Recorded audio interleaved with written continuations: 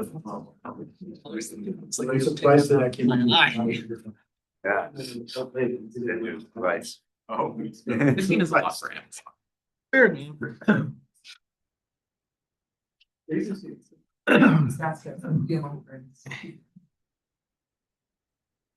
All right, welcome back. So we have physics and detector overview, the electron-ion collider by Bernd. Yeah, again, it's a great pleasure to be here with you. This is my second and last lecture. I have to be in Philadelphia tomorrow and on Thursday, so you will not see me, but I'm back on Friday. There's a lecture on accelerator science by my friend Christoph Montag, and I'm looking forward to hear lots of things from a different perspective than what you might want to hear. Anyhow. Let me give you again the orientation of part one and part two. So yesterday, as you remember, I talked a lot about DIS basics in experimental aspects, some of which I will repeat and will remind you of, but using this to actually motivate, and that's a key element today, to actually talk to you about the detector realization. So you have not heard a lot yet about the actual project detector for EIC, the EPIC experiment. So we'll discuss this in detail and actually motivate why this detector looks the way it looks like. All right, so I want to begin with one slide about theoretical foundation of the EIC. I have given many, many talks over the years, and this is my favorite slide summarizing basically the essence of that. And you've seen this, Fred and Kong and myself, we have sort of a somewhat different emphasis. This is all fairly coherent and complementary, but we have all somewhat a different emphasis. And I want to share one thought here with you. And then I actually also you have also not heard too much about this. You will use this facility. Many of you will work on this. Many of you will be postdocs, young faculty member, develop a tenure case, take data on that, and run with that facility. But many of us are part of this development for several decades. So I started as a young faculty member at MIT, the polarized PP program at Brookhaven. This just came to an end now, so basically roughly 25 years ago. And in 25 years ago, Abe, who will be here tomorrow, we know each other for forever.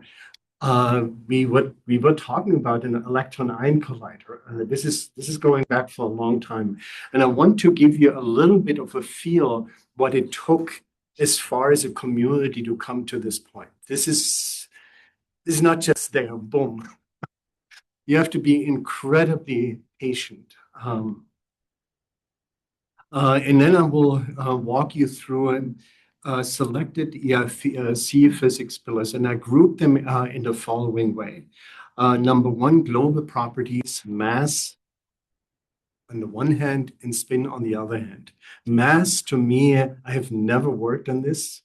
But mass, to understand and deepening our understanding on nucleon mass, I found this deeply fascinating.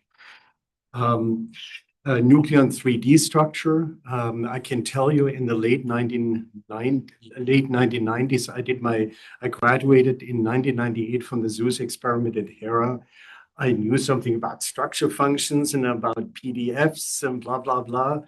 But I've sort of in late 1997, early 1998, for the first time learned something about generalized part and distribution functions. And there's not only an X and Q square dependence, but something beyond that. That was all very obscure to me. And there was a lot of development over the last 2 decades about this, which played a critical role. And this gentleman here in the front row is a leader in this area. And last but not least, and you have also heard about this, the behavior of matter. If you have partons with very small momentum fraction, you have many, many of those. So the general acronym for this is low X physics. So these 3 overall topics, I'll give you a little bit of a flavor of that.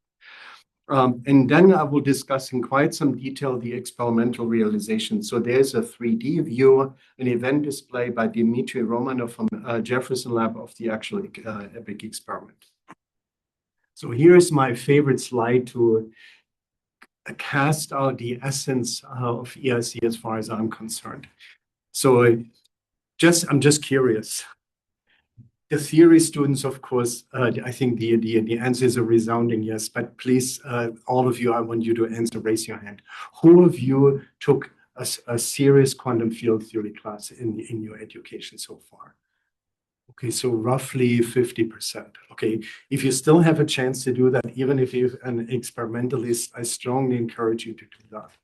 I took quantum field theory here in Stony Brook. I did most of my graduate education here, but then I went to Germany and to the university in Hamburg, and the PhD system there is a little bit different. Once you're being accepted for a PhD, you just do research work. It's basically in the US system, after your qualifying exam, after you're done all with coursework, so 4 years. And it was brutal. It was very hard, the 2-semester quantum field theory here. But in hindsight, I'm really, really grateful that I took that, even as an experimentalist. So what you see here is the Lagrangian in QCD. You see here the quark fields here in the underlying interaction through gluons embedded into here in the interactions among the gluons here. The interactions arise from this fundamental symmetry principle among the special unitarity group SU3 among colors, the additional degrees of freedom beyond an electric charge, namely color, in 3 flavors. And to me, the following sentence, and this is to the first time, I have no shame to admit this to you. I don't know, maybe it was 20 years ago, in conversations with a theorist at MIT, whom I have the highest respect for, also as an educator, Bob Gaffey, I talked to him, what is really the true essence of spin mass understanding? And then he basically gave me this as an essence. The properties of visible matter, such as mass and spin, are emergent through the complex structure of QCD vacuum. So I found this, to this day, really deeply fascinating. And this is just a beautiful illustration of this very dynamic system in nucleonic matter for quantum fluctuations of gluon fields. So the major goal is to understand QC in interactions and the emergence of hadronic nuclear matter in their properties like mass and spin in terms of quarks and gluons. An essential element to really do that in a more quote-unquote practical way is the tomography of hadrons in nuclear matter in terms of quarks and gluons. And this is something which is, to me, being part of this community I just shared with you. I graduated in April 1990. This is radically new. I have not heard this at that time. This was a development over the last 2 decades. And one very essential thing is you cannot make progress with theory alone or experiment alone. Some of you are experimental PhD students. Some of you are theory PhD students.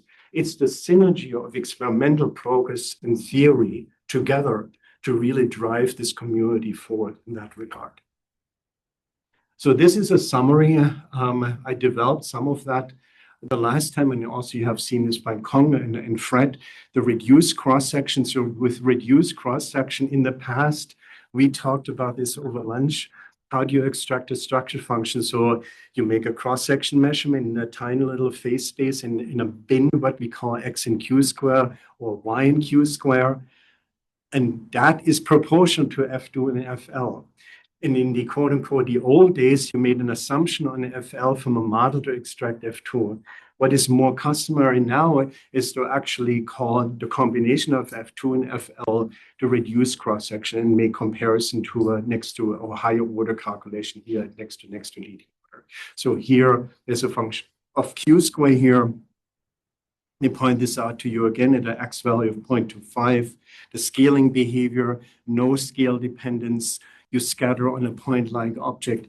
But in its smaller and smaller x value, you are probing the dynamics of QCD, and you see many partons at small x value. However, this violation of scaling, this Q-square dependence, you can predict this within QCD and use this in the context of these integral differential equation, the D-club equation, and to extract parton distribution function, what Fred shared with you here. For example, at a very high scale here, at a somewhat lower scale, U valence and D valence here, and then the dynamically generated part of gluons and C quarks. What I want to point out to you here is, and Kong shared this with you here.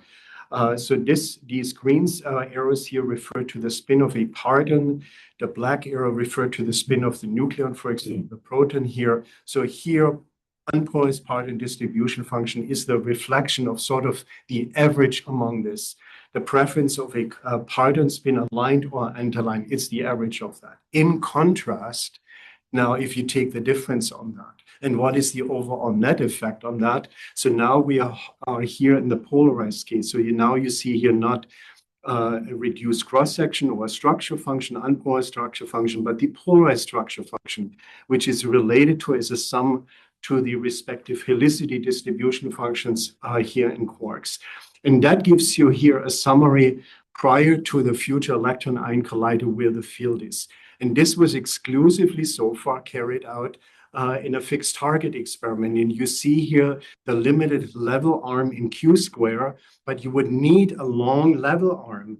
And you can easily understand this if I give you a couple of points and the level arm is very restricted. To extract the slope out of that is pretty hard. So you need a large level arm, and that slope here in Q square of the structural function is related to the gluon distribution. The sensitivity to gluons in deep and elastic scattering arises only not directly, because a photon couples only to the electrically charged objects, so namely quarks. And one of the name of the game here is to deepening our understanding, and I will tell you what the impact of EIC is, and we'll share this with you, what the contribution is from various spin and orbital angular momentum contribution to the nucleon string. So after these initial introductory remarks, let me spend a couple of slides to give you a little bit of a perspective, lean back. There's no hardcore physics here, but I want to nevertheless give you a little bit of a perspective. What did it take to actually come to this? So I would say, I shared with you, I graduated in 1998. Then I was a fellow at CERN in high energy physics with the OPI experiment, E plus E minus in the beginning LHC program, the CMS experiment, before I joined the faculty at MIT to start this polarized PP program at Brookhaven. And around that time, this is where we started conversation about an electron-ion collider. So this goes back 25 years ago. And then it became more and more serious. In our community, we have every 7 years, we get together. We're writing what is called a long-range plan, where we write down what is the status of the field, what do we want to do as far as the future is concerned in terms of new experimental facilities, because those are funded by taxpayers' money. And so there was one in 2007, there was one in 2015. Prior to that, there were various communities, so-called white papers written. Kong shared one with you, the title here, Understanding the Glue That Binds Us All. There were various workshops in the community.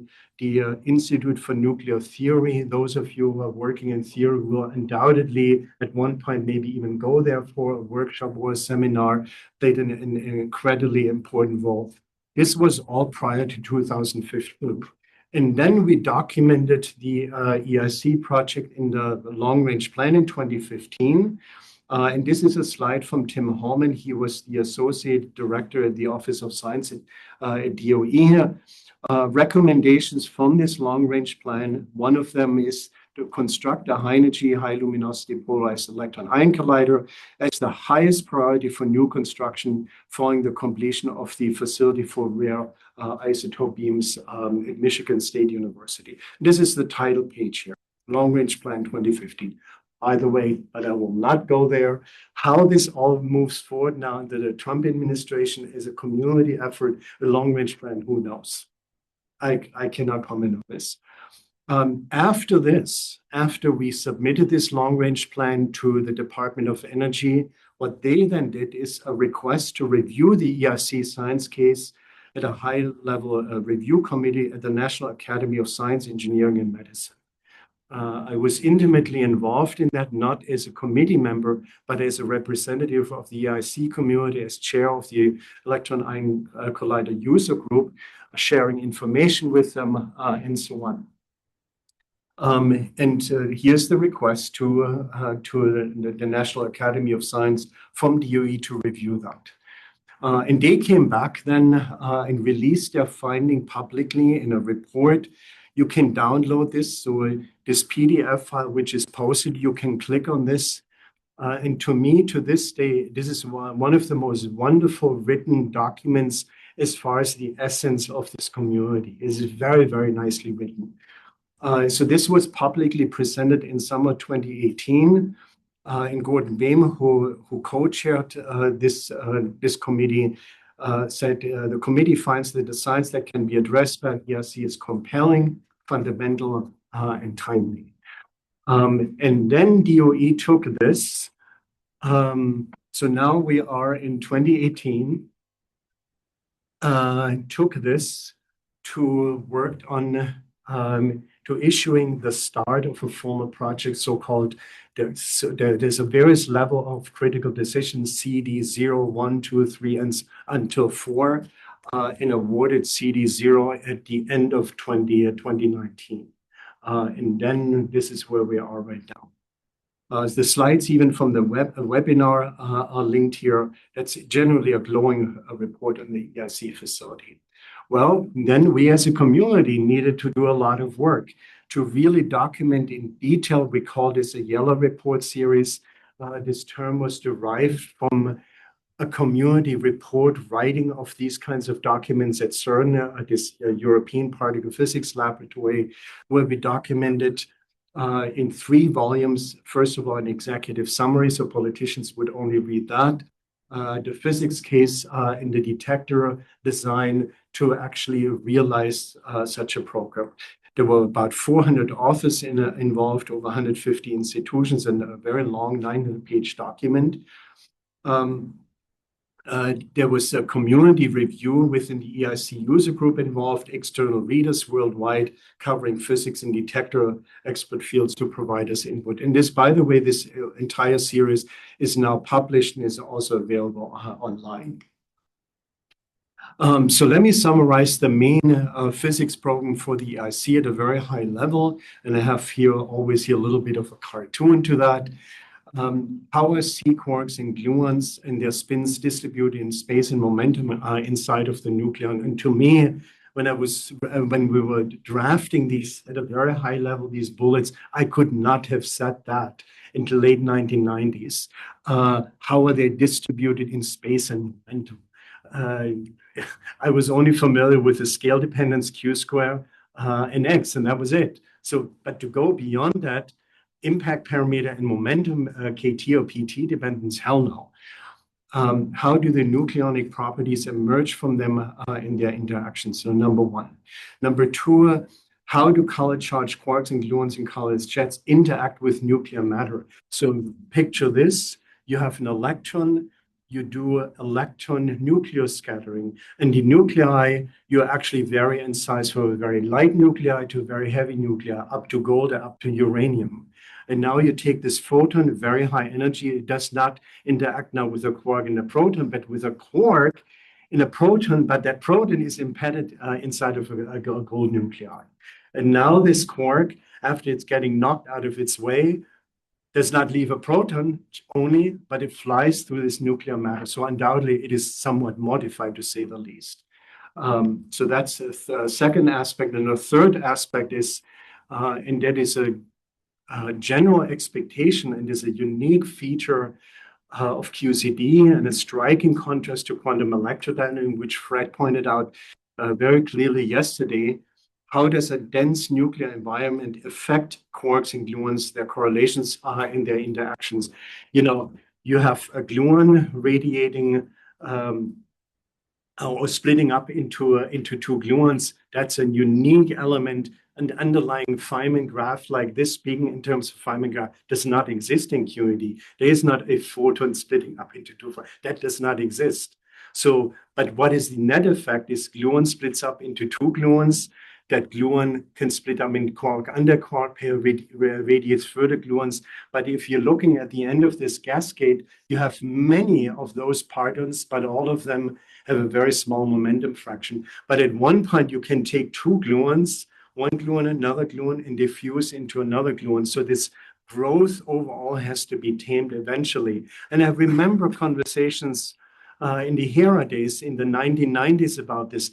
Does the growth of the structure function F2 turn over? I'm not kidding you. We were naively thinking, okay, well, we're measuring now F2 as a function of X. Will this turn over? There were even sketches drawn. Will we see that? Of course, we didn't see that. But what we saw, and that was actually in part my thesis work, I was measuring at the F2 structure function in that transition region from more a perturbative region to non-perturbative. And that level of growth changed. There was a qualitative change. So this is at a very high level, the motivation for the EIC program. So onward with the overall requirement. So the EIC is the study of the structure and dynamics of matter. Now, and this is rather different than, for example, in high energy physics facilities where I have worked in the past, at E+, the lab facility, or the beginning LHC program, then RIC in a PP facility.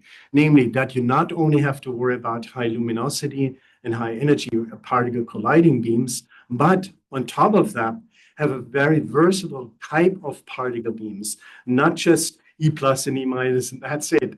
Well, E and P and E and A is varying. And on top of that, you want them polarized. That's very, very hard, okay?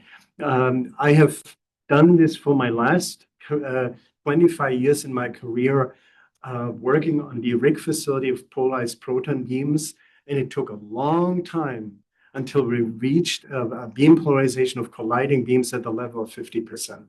This takes a lot of effort, a deep collaboration between accelerator science and experimentalists. So this program was documented. That is a key element of understanding the glue that binds us all. This white paper, here's the link to the archive back from 2012. And I want to now, in a landscape of beam intensity, if you have not learned so far a lot about accelerator science, you're not calling this beam intensity. It is related to that, but there's a more appropriate technical term in a collider facilities, so-called luminosity. Luminosity is proportional to how many protons you have in one bunch, how many protons you have in the other bunch. Number one, that matters. And how these bunches are squeezed in transverse dimensions. If they're squeezed very, very hard and you have many of them, then you're increasing your luminosity.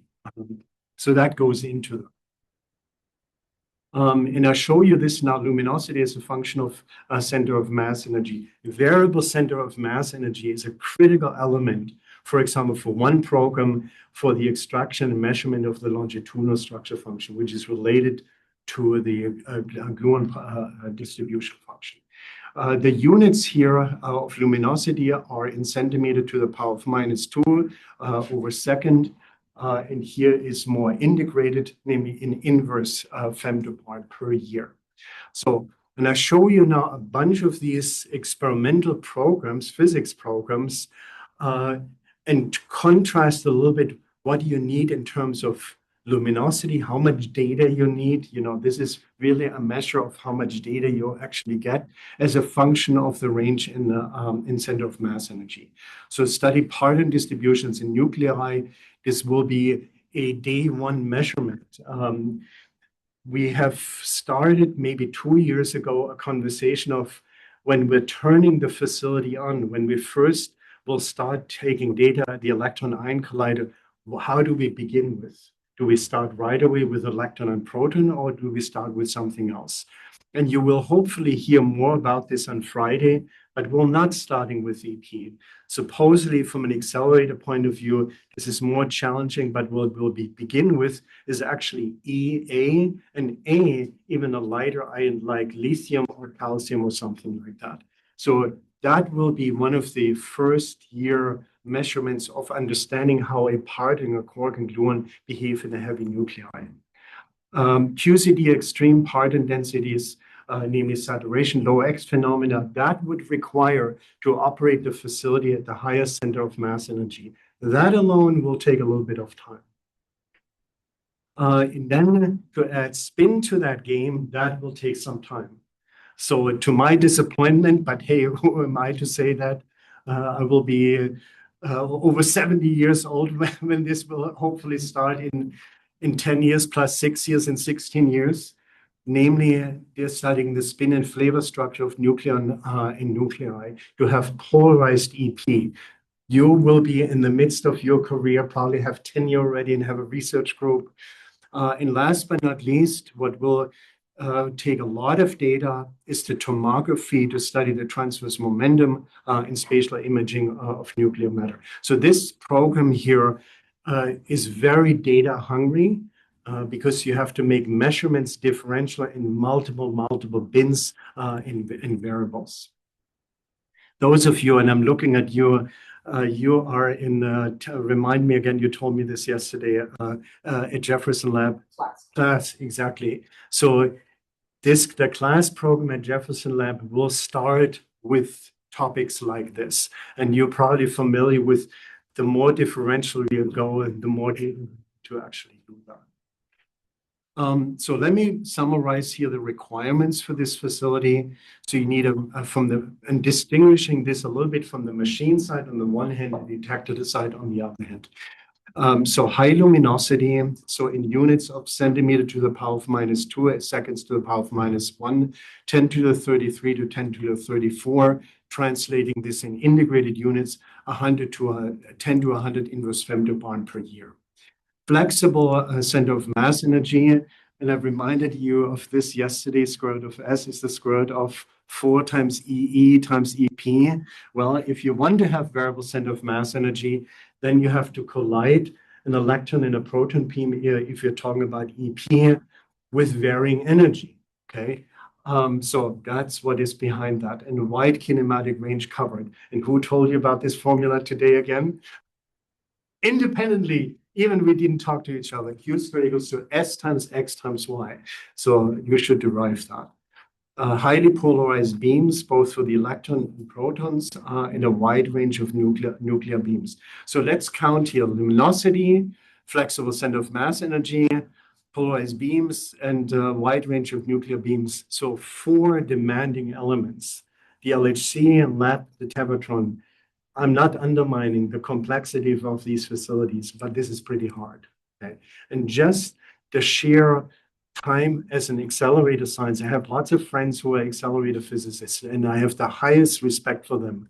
They need their time to do their experiments, to commission that facility. Don't think when in 10 years when we start, you switch this machine on and we have design performance. It doesn't work like that.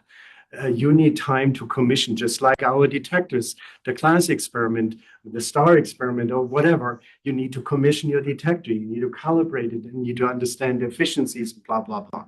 They have also their systematics to deal with that.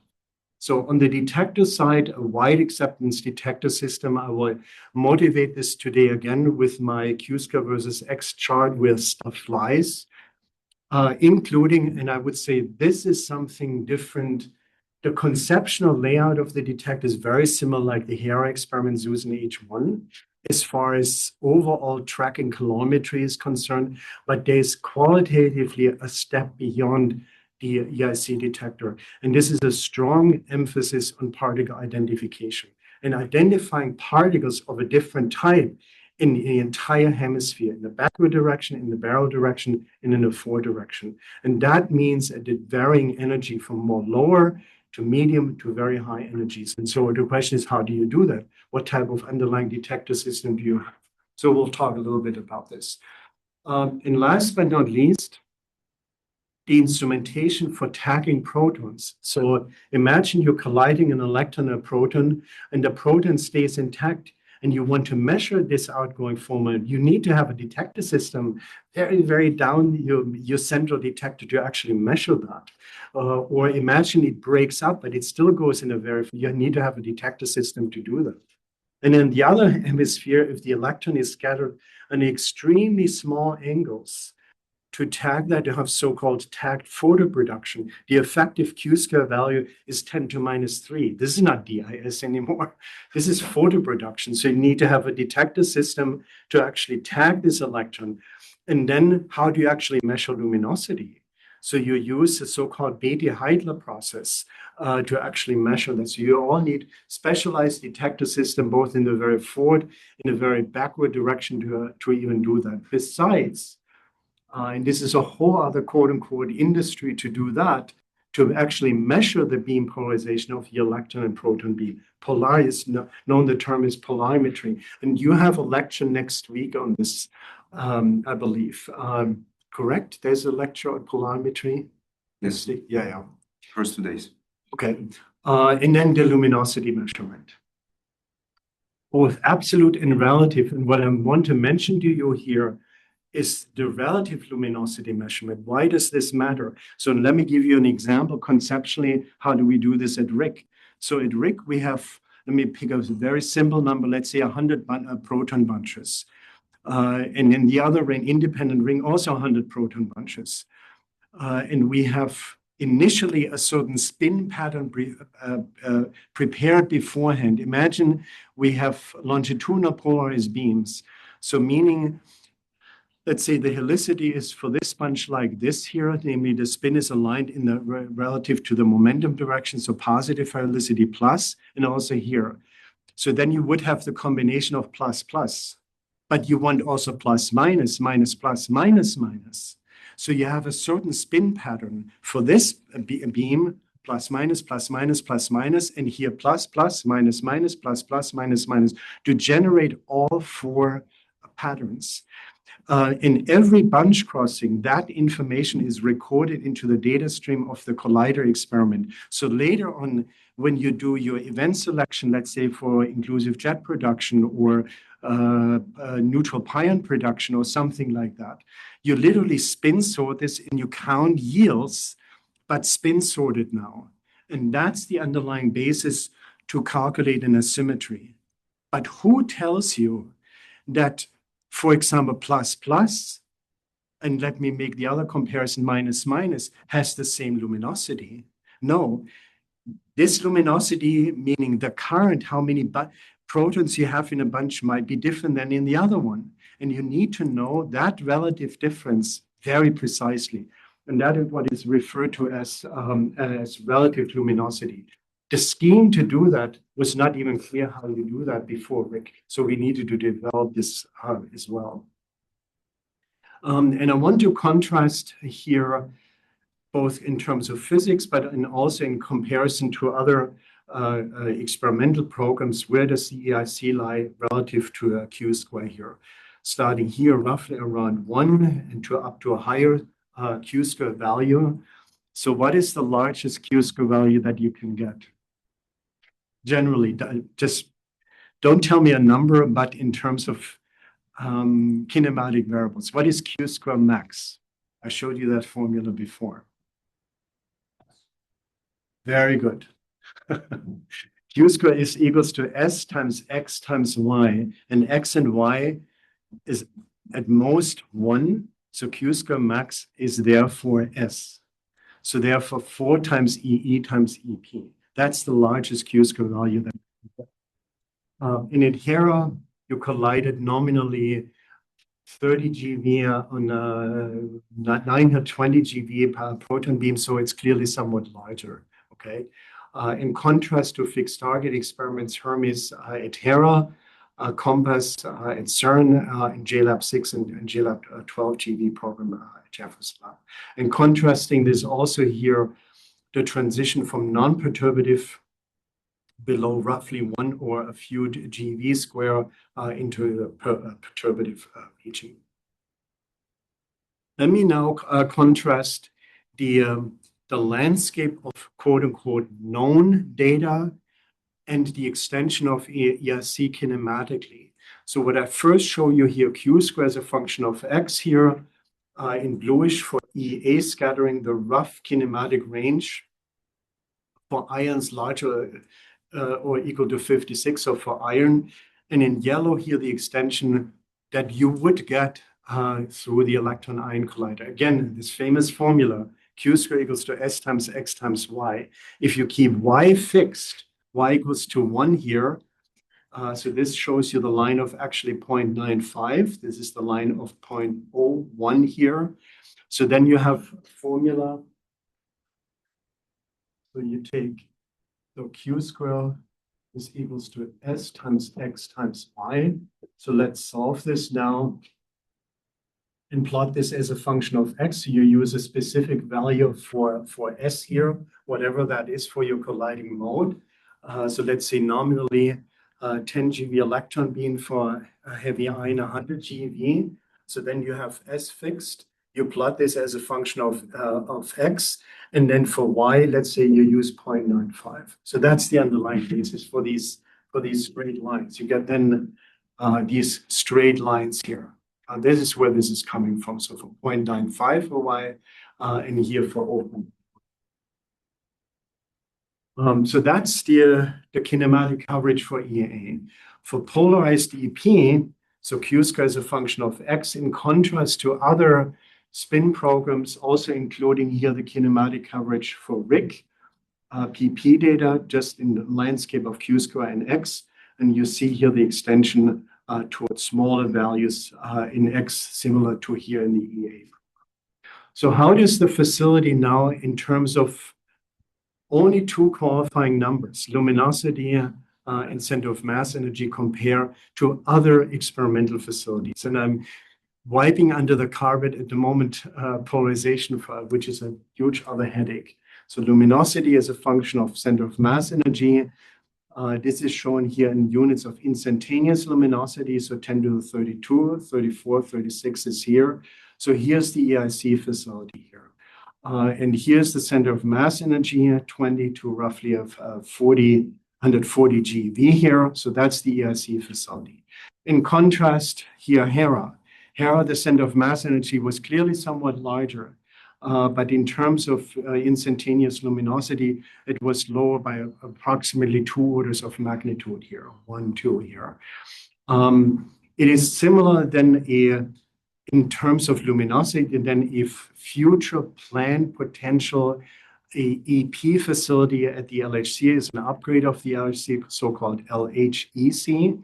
And you see here also a comparison to other facilities, fixed target facilities here, for example, in Jefferson Lab, which operated extremely, and you know this, at Jefferson Lab, but it's smaller center of mass energy. I mean, for example, the class program, I know that since I was in a review of this experiment, or Hall D, requires very high intensity beams. So quick reminder now on DIS kinematics. I'd like to first show you this illustration here. You have an incoming electron beam. It radiates a photon, an outgoing electron beam. This photon interacts with an electrically charged object inside of the proton, but these quarks are embedded inside of these gluonic fields and alter their behavior. So you have indirectly information about the gluons. So here's the underlying Feynman graph. Conceptually, a photon interacting with the underlying partonic structure. And so kinematically, how do we describe this? Quick reminder, I told you the positive z-axis, my convention, not mine only, but that's what I'm used to. you put in the incoming proton direction, there for the opposite side here for the electron. So that's the initial state. In the final state, the outgoing electron, you're using spherical coordinates here. And for the breakup of the proton, this sum is truly meant to you sum over all individual hadrons, the breakup, not quarks. They fragment into observable hadrons. That's what is referred to here. Experimentally, you're not summing individual over an individual hadron, but the energy deposition in a calorimeter cell, for example. Here are the main kinematic variables. You used two out of those three, either q square or x or q square and y. I have to tell you, I thought, in the beginning, yeah, you use q squared x, blah, blah, blah. But at the end of the day, what was more commonly used was q square and y, because you measure a double differential cross-section in q square, x or q square and y, and that fits better into the acceptance region than just q square and x alone. And I will show you this in a moment. And the underlying interaction here, and now I show you this more microscopically, the photon interacting with a quark, knocking it out of its way at leading order, and the sensitivity to gluons arises that undoubtedly this quark here has somewhat changed its properties because there was a gluon radiation here involved. And through that, indirectly, you can gain information about gluons here, provided in inclusive sense, you have a very large level of Q squared. That's the advantage of a collider experiment. Okay, so let me remind you of this famous illustration again, what I shared with you the last time already. But point you now that you have seen this already, and you have also seen from Kang a very beautiful illustration of that, at least concerning the direction. I also want to draw your attention here that the length of the arrows is a reflection actually of the energy. So what you see here is not only direction, but both direction and energy. So here's 10 on 250 GeV. So this is literally scale. So this is 10, a reflection, the length of 10, and this is a reflection of 250. So a huge imbalance. And so what I will show you now is scaled in terms of the length of this arrow, namely the energy. You always have to compare this in relative size to this incoming 10 GeV electron beam. So this would be an electron here scattered in a certain angle, but have probably roughly something like 20 GeV in energy. Okay, so that's a linear translation from this length to this length. And then the struck quark here, fragmenting into observable hadrons here, or jet, a stream of hadrons, under a certain angle gamma here and a certain angle f. The reason why I use f and gamma here is entirely historically. Don't ask me, as a graduate student, somewhere in a note, we call this f and gamma, and it's stuck with me forever. So let me share this with you now again, and through that, develop now the requirements for the epic detector. So let's begin here with fixed values of q square and x. So this is very small values in q square here. So below 10 to minus 1 here. And now we are increasing x. So this electron is now colliding, not with a proton as a whole, but with an underlying parton inside. And that momentum fraction is now increasing, getting larger and larger and larger. And so here, this struck quark is flying pretty much in the direction of the incoming electron beam. The electron is so much more energetic. And it is very, very low energetic in this low X region. This is one thing I want you to take away. Here, in this region here, the electrons are fairly low energetic. The struck quark are fairly low energetic, and they're all going in a very similar direction. This is the worst scenario what you can have as an experimentalist. When we're analyzing data, nobody tells you what the electron is. We actually also talked about this yesterday over coffee break. Your first job is, event by event, to filter out what is the electron among all of these tracks. the DIS electron. That's called electron finding. So you have calorimetry, you have tracking, you have particle identification. Now we have machine learning. This will play all a very important role, not just a cut-based analysis to really filter out this DIS electron. But they are low energetic in the low X region. And on top of that, the hadrons are also low energetic, and they all go in the same direction. That's hard. And the situation completely changes when you go towards higher X. You see here the struck quark flies in the forward direction here, while the electron at low Q square is going in the rear direction or backwards direction. So they're nicely separated, okay? So that tells you already, and now let me continue this picture here, roughly, let's say, to 10 GeV. The conceptual element does not change. The electron and struck quark go in the rear direction, are fairly low energetic. Then you're moving up in X, and at the highest X value, the struck quark goes very forward and is very, very low energetic. And if you're going up in Q square, then finally, at the highest Q square value, finally your DIS electron can be found in the forward direction. Okay, so that's the underlying basis. So what do we learn from that? Number one, in the forward direction, you better have to have a hadronic calorimeter which is capable of measuring very energetic hadronic particles or very energetic jets, number one. Number two, you better have to have in the rear direction an electron system which has the means to filter out this electron from hadronic activities in your final state and separate that from that. And I will show you now another view graph to point you to something about the resolution, which is very demanding for the electromagnetic calorimeter in the rear. And last but not least, and this is new for EPIC versus, for example, the HERA experiment H1 and Zeus, you can see here the hadron that goes in the rear direction, then in the backward direction, then in the forward direction as you move along from low to high X increases in energy. So now I want to identify that particle. Is it now a pion? Is it now a kaon? So I have to do particle identification among hadrons with varying energy from low energetic to high energetic. You cannot do this all with one type of particle identification system.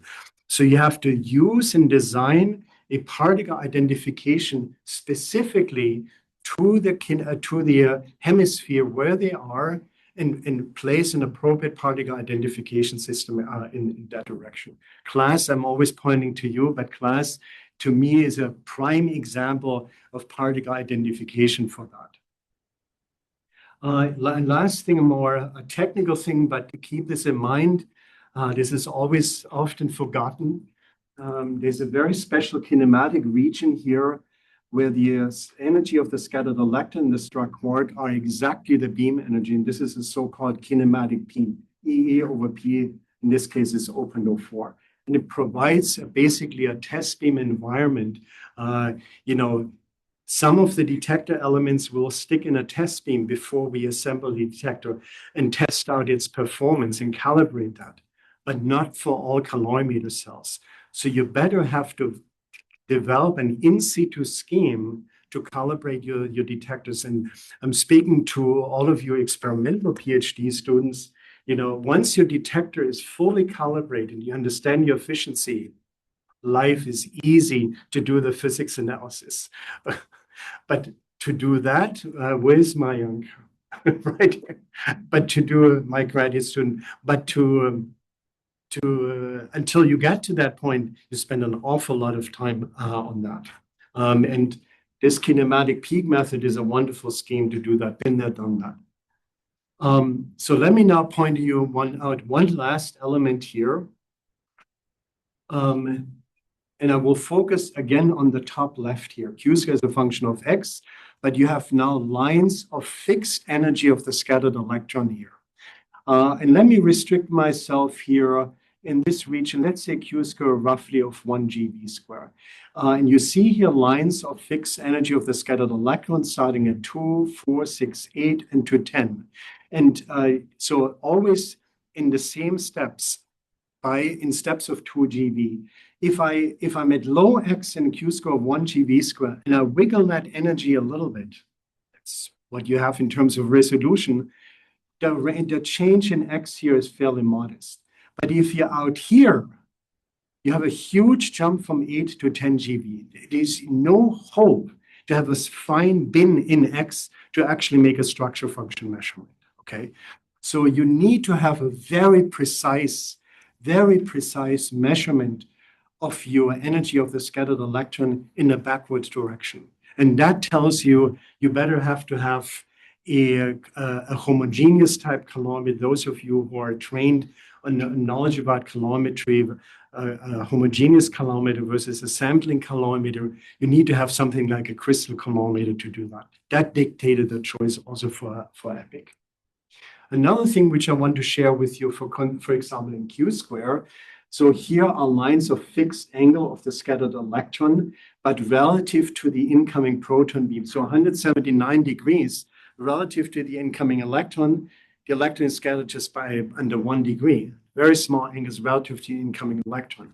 But this is conventional relative to the positive z direction from the proton. But now do the same thing here. How do you measure an angle? Well, from a position measurement. And imagine this is not precise enough. You have an uncertainty in your angle. Well, down here at lower q square, you have a huge variation immediately in q square. So the minute you're entering the smaller q square, very low q square measurement, in the extreme case, even towards photo production, you have to have really your shit together about alignment of your detector. You need to have an extremely precise knowledge and not just relying on surveying this from a survey engineer, but also an in situ scheme to align where your detectors are, especially at lower q square values. And you can nicely see this here. All right, so let me walk you through now selected examples of the EIC physics flows. First on spin. So you see here the structure function, the polarized structure function is a function of q square. Essentially, that part I have showed you before here for fixed target, and this shows you now the vast extension through the electron-ion collider. Let me point out to you here the projected data points here from simulated data in red. This is the highest center of mass energy covering the smaller X region compared to here, smaller center of mass energy. And that will allow you to constrain the contributions from quarks and gluons. The way this is plotted here is the integral contribution, so the overall net contributions of quarks and gluon, but restricting yourself to the lower X region versus subtracting this off from a half the spin of the proton. So basically having this as a measure of the orbital angular momentum, but focusing here more on the high X region. And you can nicely see this from here, from lower to medium to the highest center of mass energy, how critical this will be. Another way of looking at this more separately now for quarks, gluons, and again, subtracting this off spin 1/2. Let me focus entirely here on the gluon. I have worked on this over the last 25 years at RIC, so RIC spin here. So they're coming out of RIC spin. The projection here is in this light blue, and these darker colors here are for EIC. The darkest blue is at the highest center of mass energy, so really the core here. And you see here what is plotted here is X min, so this variable here to 1, integrating over delta G. So overall, this integral is a running integral. So you basically can read off here where it hits the y-axis, the overall net contribution to the proton spin. The proton is a spin 1/2, so 0.5 here. So that together with the quark spin essentially accounts for the spin of the proton. So it will be up to some fine tuning to account for possible orbital angular momentum contributions. Next topic is about the 3D structure of matter. So going beyond just the X dependence, also in taking into account the KT, the transverse momentum dependence, or the impact parameter dependence.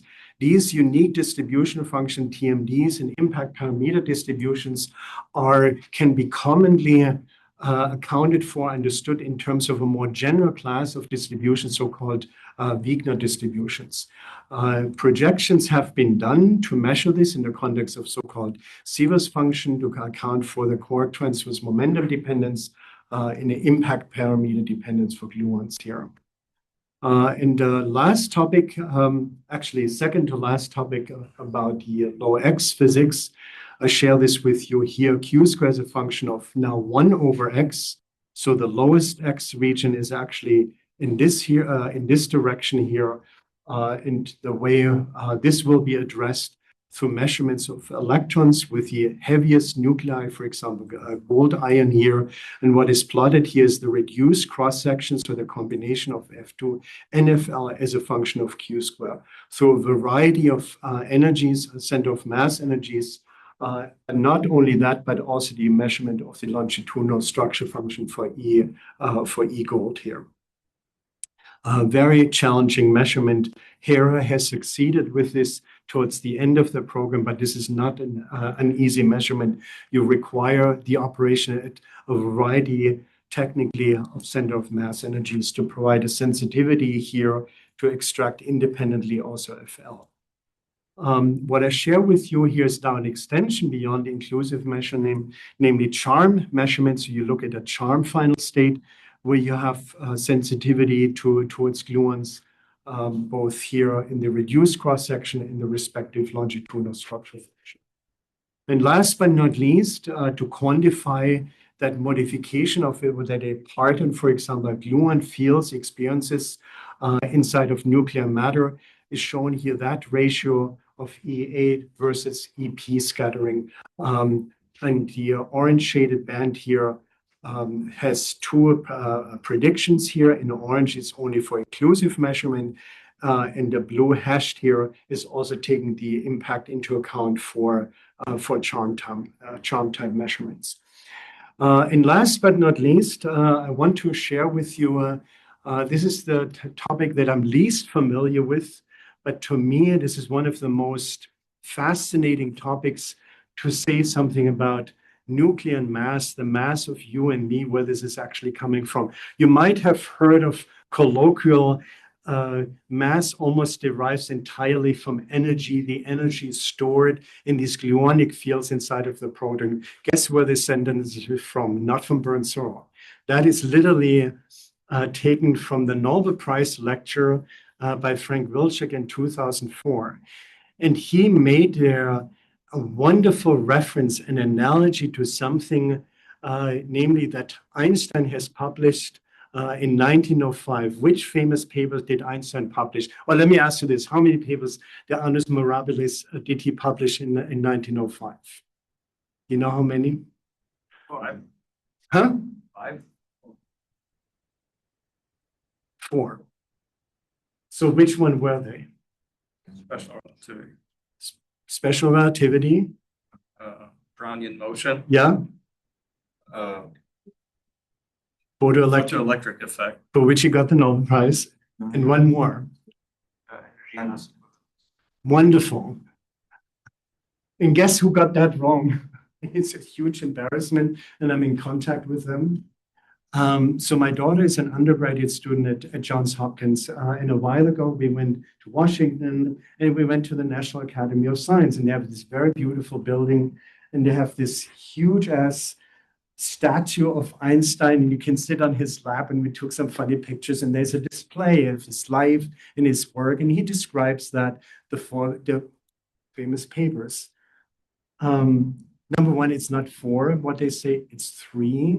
And then they say the famous equation E equals to mc square appeared in the special theory of relativity paper. That's wrong. It's an afterthought. It's a separate paper, blah, blah, blah. And besides that, the equation doesn't even appear as equals to mc square, but m equals to E over c square. And the person who points this out is Frank Wilczek in his Nobel Prize lecture. And he said, to account for mass of nucleon spin in terms of the energy stored in these strong gluonic fields, let's go back to this afterthought paper by Einstein. And the title, let's see if I butcher this in English. How does the mass of a field depend upon its gluonic, on its energy content or something like that? Or the inertia, how does the inertia of a field depends on its energy or something like this? I'm only familiar, and I will not tell you this, the German title by Einstein. Anyhow, he did a wonderful job to make an analogy to that. So if you have a chance to read this paper, you will not see the symbols E, M, and C squared. You have to dig a little bit deeper and dissect. It's actually M equals to E over C squared in this paper. Anyhow, that was a long remark here. Over the last, I would say, 20 years ago, I didn't hear too much about nuclear mass. I'm not a theorist, but maybe over the last 5 to 10 years, I heard a lot about this. And many of my colleagues, Alexei in particular, Andreas Metz, whom you will meet, when is he coming, on Thursday or Friday this week? Thursday. Yeah, you can ask him questions. You are his students. Is to constrain the nuclear mass in the relation to the energy momentum tensor. And there's actually a very super interesting element where you can constrain the energy momentum tensor in the decomposition in terms of special form factors, not the same form factors what I talked to you about, which is related, for example, to the charge distribution, but you can, through that, through some experimental measurements, constrain them and therefore constrain the nuclear mass. And there have been, over the last couple of years, several papers written in how you decompose that nuclear mass in terms of various types of contributions. I leave this up for your review. And let me point out to you one of them here, not that I'm biased to Andreas' work, but somehow I am.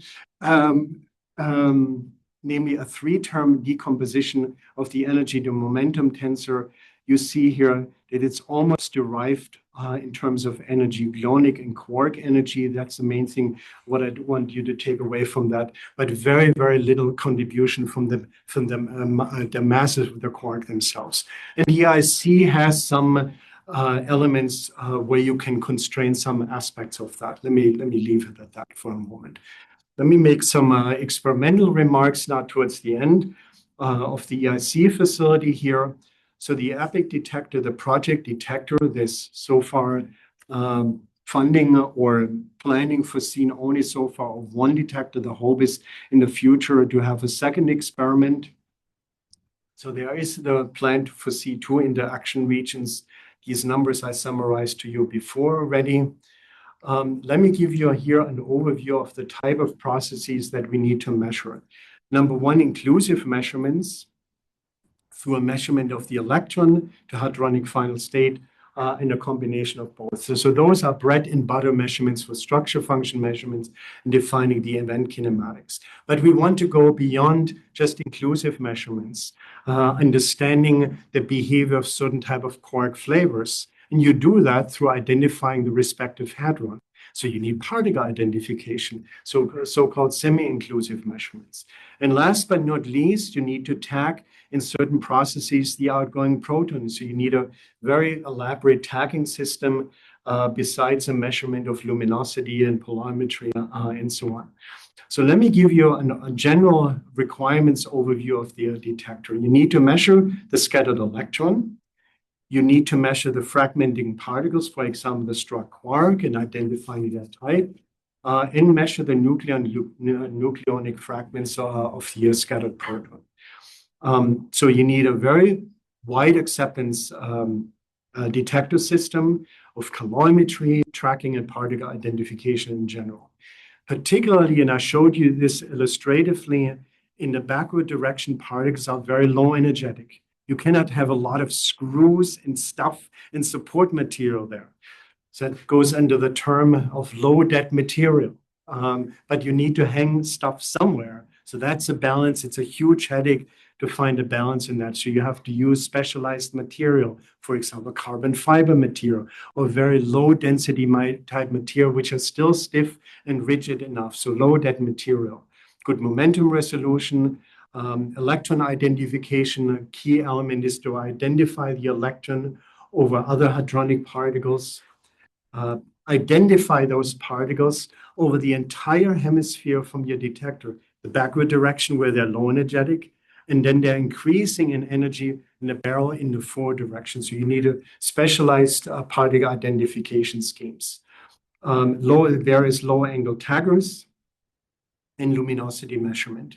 And let me give you here an overview now of this detector system before I then jump, because I have separate slides for each of these subsystems, but let me give you here just a broad brush overview on that. So the electron is coming here from the right, the proton is coming from the left here. So that is the backward region, that is the barrel region, and this is the forward direction. So you have here, first of all, a high resolution crystal type calorimeter system surrounded by electromagnetic and hadronic calorimeter in the barrel, and a high resolution electromagnetic and hadronic calorimeter in the forward direction, where you better be able to measure very high energetic particles in the forward direction.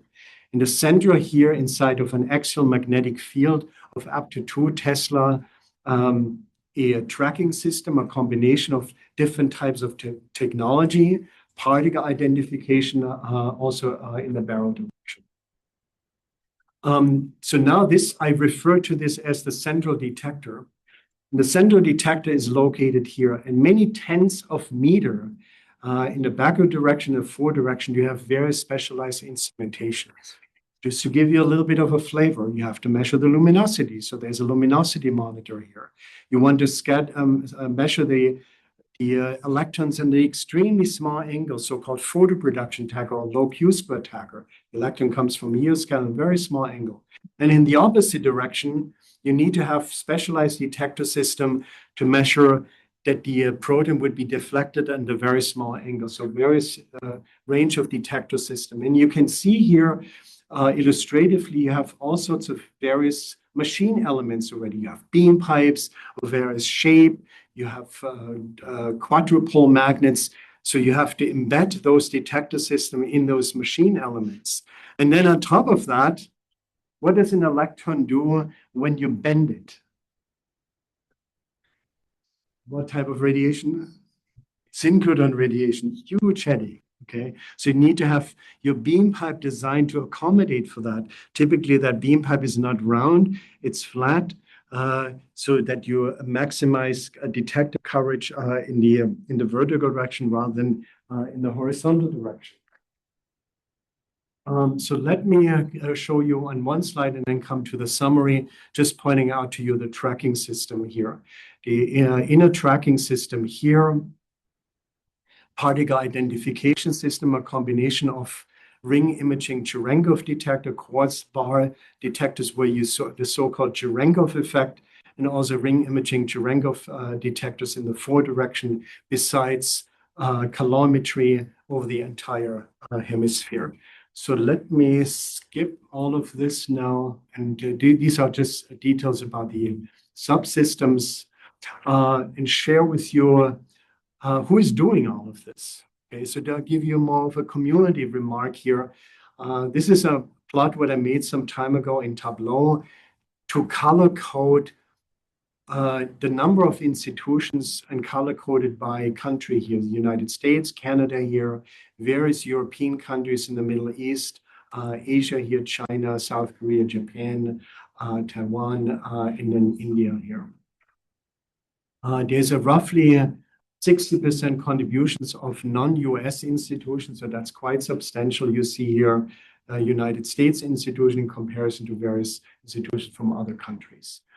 This shows you some photographs over the years. We meet on a very regular basis, collaboration meetings. That was last year in Italy here.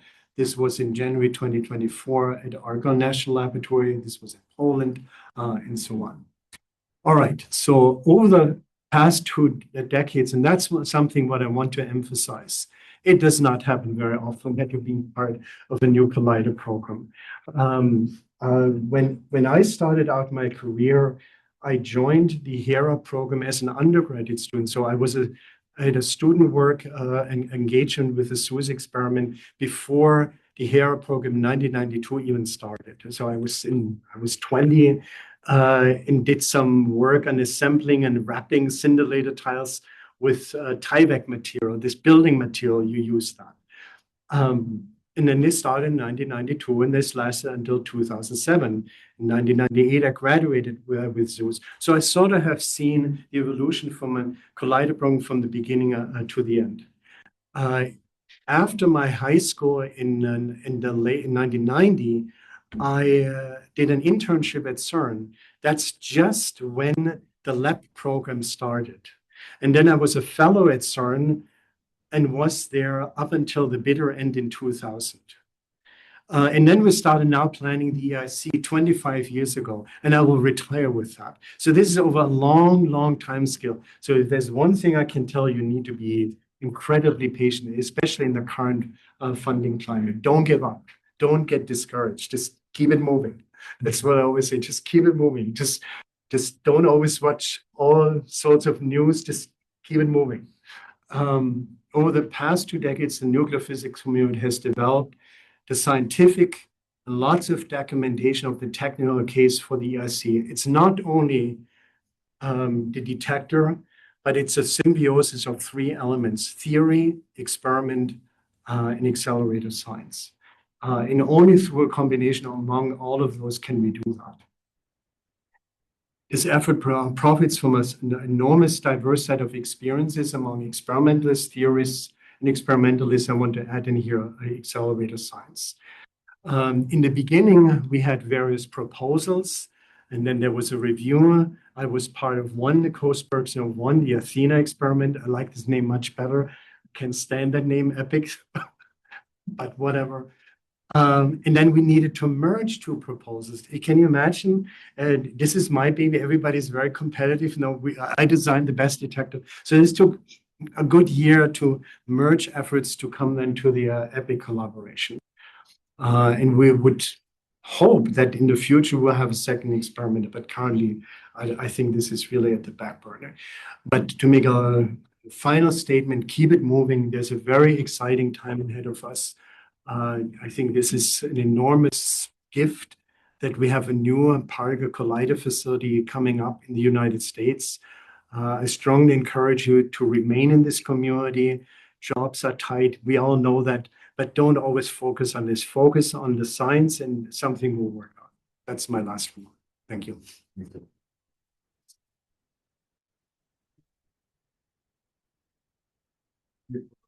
Lectures and words of encouragement. Questions?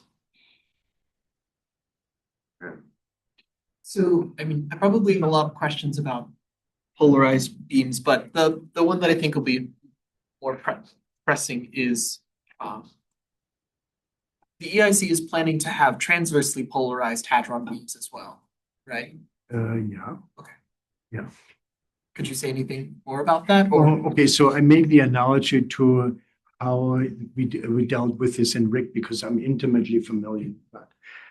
So the naturally occurring beam polarization out of the source for polarized proton beams is transverse. That's actually how we start the entire program.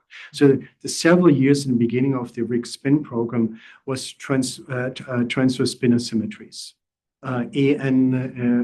Did we ever make an ATT measurement? I don't think so. No. AN, transverse single spin asymmetry measurements. And then to go to ELL, and I think you're making an ELL measurement at class, isn't it true? Well, you need another machine element to do that. In front of the star experiment, on either side is a so-called spin rotator magnets. So you have to flip the spin from transverse to longitudinal, then they collide like that with the other longitudinal beam, and then go back to transverse. So those are so-called spin rotator magnets, and undoubtedly in EIC we'll have something very similar like that. I don't think it will be the same. I think this will be a new design to integrate this into the overall machine layout, but that will be an integral part from that, but not on day one, later on. That's why, to my disappointment, when I saw those, strawman plans, when we will roughly have what physics program, polarized EP longitudinal will be 6 years as after the started set. You're kidding me? But you guys will still be young.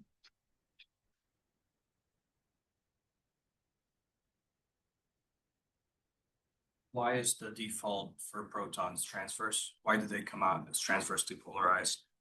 Because of number one, they come out from a source, from the obliquely pumped source, are injected like this, and through the minimizing of the magnetic field direction with it, which is a dipole field to interact with that.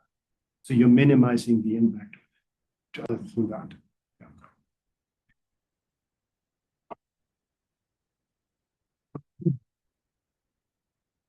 That's a whole literally other program. I divide the community really in there's theory, but even among theory, there's phenomenology, fundamental theory, but let's just take this all together, theory. Then there's experimentalists, us detector folks, but even among that, there are guys, they're the builders. Then there's the computer geeks who just do analysis, just analysis. Then there's the machine physicist. And then among the experimentalists, there's a whole other development. They're not really they're sort of part of our collider experiment, but it's a separate effort, polarimetry. There's a whole its own independent experiment to actually make measurements of the electron or proton beam polarization.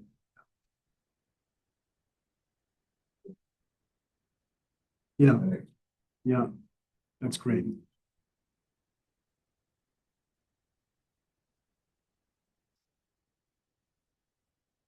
You're very fortunate to sit here for 2 weeks and get, these lectures.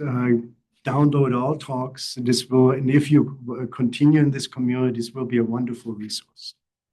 And if there's one advice I can give you, unfortunately, it does not happen too often. Don't be shy.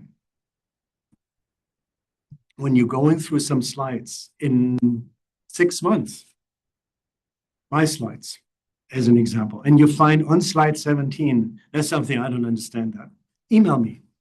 I have my email address in the beginning of the slide, or Google for my name. Just contact us. We would be glad to answer a question. But it doesn't happen very often, but please do that.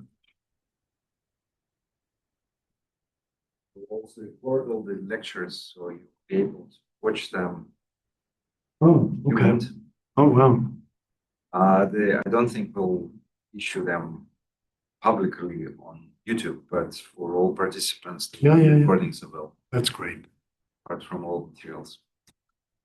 And also, at one point you have to give a thesis defense, or you towards the end of your PhD, you're looking for a job. You have to go for an interview for a postdoc. You want to get a little bit of wisdom. How do you explain something? How do you best illustrate something? Watch people's lectures. I still do this. I got so much out of Fred's lecture. I get so much out of Kong's lecture. This will never end. You always get an inspiration in something.